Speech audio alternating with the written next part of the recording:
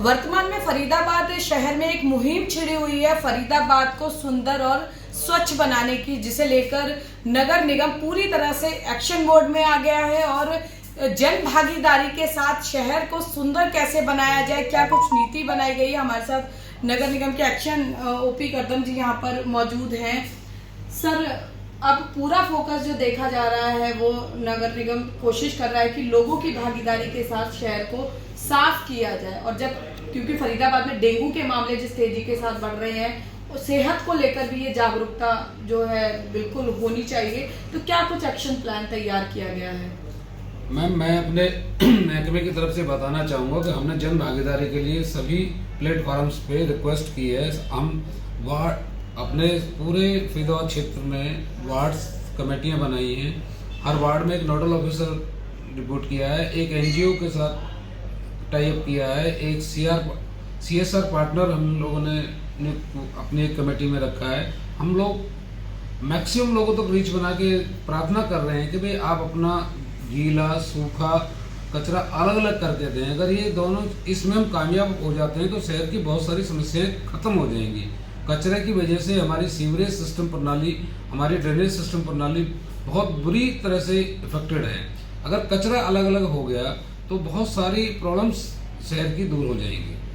Sir, जैसे आपने कहा कि कचरा अलग अलग करे, बहुत सारे लोग ऐसे बहुत छोटे घरों में रहते हैं, इतना स्पेस नहीं होता कि वो 2-2 दिन 3-3 दिन का कचरा सेग्रीगेट करके उसको अपने घर में रख सके। क्योंकि कई बार कंप्लेन आती है कि जो इको ग्रीन है वो 2-2 3-3 दिन के डिफरेंस पर पहुंचती है। तो लोगों की इस समस्या को समझते हुए क्या कुछ निर्देश नगर निगम कमिश्नर साहब की तरफ से दिए गए हैं कंपनी के अधिकारियों को, या जो सरकारी कर्मचारी हैं उनकी बहुत कंप्लेन मिलती है कि वो होली दिवाली ही नजर आते हैं, वो नहीं आते हैं अपनी जिम्मेदारी का निर्वाह करने के लिए? हम लोगों ने CSR पार्टनर भी इसमें मुहिम में साथ लिए हैं। अगर इको ग्रीन को कहीं प्रॉब्लम आ रही है तो हम उनके लिए जो उनके वेंडर्स हैं उनसे गाड़ियां मैनेज करवा रहे हैं। पहले जो इको ग्रीन के वेंडर हैं उनको गाड़ियां लाने के लिए प्रमोट कर रहे हैं ताकि फिजिबिलिटी वाइबिलिटी को देख के वो सारा काम हो सके। सबसे मेन प्रॉब्लम ये थी कि भाई जो इको ग्रीन काम कर रहा है उसमें इस मॉडल में जो पेमेंट नहीं मिल पा रही थी, जिसकी वजह से उसके वेंडर्स अपना कम कैपिटल इन्वेस्ट कर पा रहे थे। लेकिन हम लोगों ने उनको मोटिवेट किया है, उन लोगों को इंश्योरेंस किया है कि भाई आप लोग गाड़ियां लगाइए, आप डेली घर घर से कचरा उठाइए, जितना आपका वो होगा हम आप लोगों के साथ हैं। हर यूजर से हम आपको पैसे भी दिलाने की पूरी कोशिश करेंगे।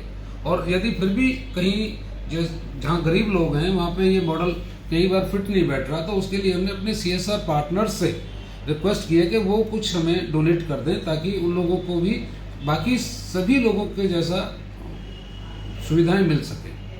सर, ये तो आपने बात की कि लोग किस तरह से शहर को कचरा मुक्त करने में अपनी भूमिका निभाएं ताकि बाहर कचरा खुले में न डालें। लेकिन एक प्रॉब्लम और शिकायत कई बार लोग करते हैं कि जब आपके सफाई कर्मी किसी टैंक को साफ करने पहुंचते हैं, सीवरेज को साफ करने पहुंचते हैं, जो गाद होती है उसको वही वो 2-2 3-3 दिन तक पड़ी रहती है। प्राइवेट वही सरकारी लोग जो है वो प्राइवेट बनकर आते हैं, ले जाते हैं और फिर उसी को कहीं आसपास ही डिस्पोज कर देते हैं। तो समस्या वहीं की वहीं रहती है, या फिर वो गाद वहीं सूख जाती है तो और बारिश हुई या फिर वो सूख कर उसी मेन होल में या सीवरेज होल में वो चली जाती है।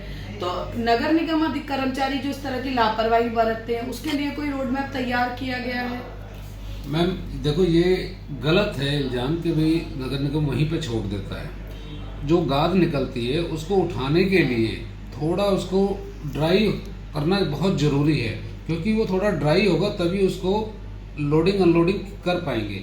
और 99% केसों में पूरे फरीदाबाद नगर निगम में आज की डेट में हमने प्राइवेट लोगों को, प्राइवेट एजेंसी को काम दिया हुआ है, वो अपना मलबा उठाते हैं और साथ के साथ ट्रैक्टर में ले जाते हैं। मैं आपको हजारों फोटो वीडियो आपके साथ शेयर कर सकता हूँ जो आज के डेट में। पर ये बात सही है कि मैन होल में से अगर गाद निकलेगी तो उसको 3 दिन वेट करना पड़ता है। ये भी सही है, बारिश हो जाती है, बारिश के मौसम में आपने देखा होगा बह गई होगी, पर ऐसा नहीं है, नॉर्मली ऐसा नहीं है। एक थ्रोट प्रोसीजर है उसको उठाने के लिए। और अब तो हम लोगों ने और भी एडवांस सिस्टम किया है कि भी हम साथ के साथ ट्रैक्टर ट्रॉली भी लगा रहे हैं ताकि जैसे जेटिंग जो हमारी तार वाली मशीनें चल रही हैं उनमें सारी गाद ट्रॉली में ही डलती है, उसमें पॉलीथिन वगैरह कवर करके ताकि वो टपके ना।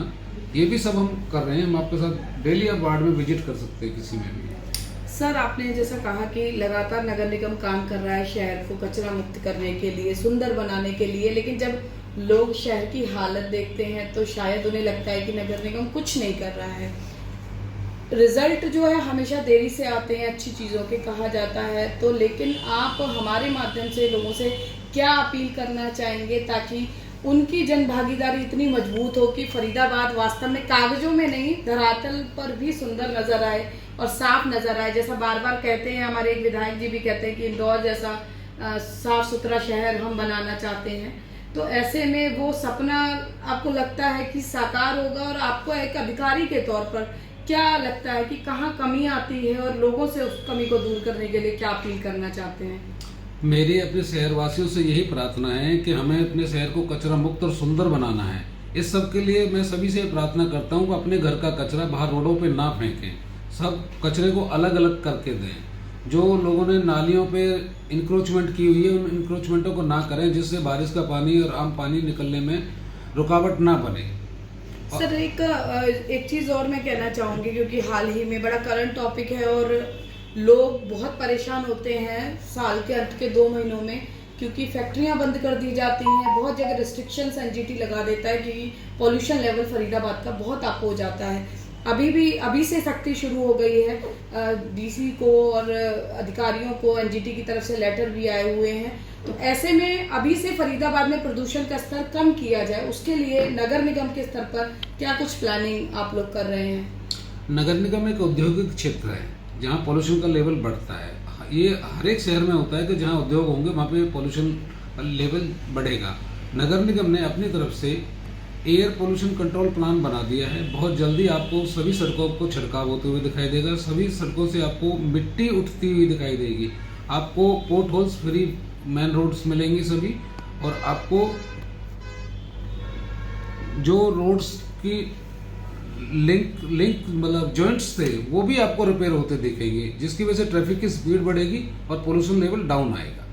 सर, जिन सड़कों पर बहुत ज्यादा धूल उड़ती है और सरेआम मुख्य सड़कें हैं, वो अगर किसी व्यक्ति कोई शिकायत करना चाहे तो वो कहाँ कर सकता है, और कोई डेडलाइन है कि इस डेडलाइन के अंदर अंदर उस समस्या का निवारण होगा?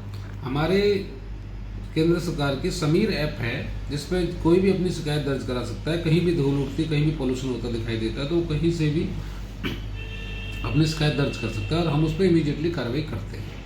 तो देखिए, फरीदाबाद शहर को कचरा मुक्त करने के लिए, फरीदाबाद शहर को प्रदूषण मुक्त करने के लिए अब प्रशासन ने अपनी कमर कस ली है, लेकिन जन भागीदारी से इस मुहिम को सफल बनाने की लगातार प्रशासन अपील कर रहा है। तो पंजाब केसरी टीवी की टीम भी फरीदाबाद वासियों से यही अपील करना चाहती है कि शुरुआत खुद से करें, ताकि हमारा फरीदाबाद शहर भी इंदौर की तरह साफ सुथरा और सुंदर नजर आए। फरीदाबाद से पूजा शर्मा, पंजाब केसरी टीवी।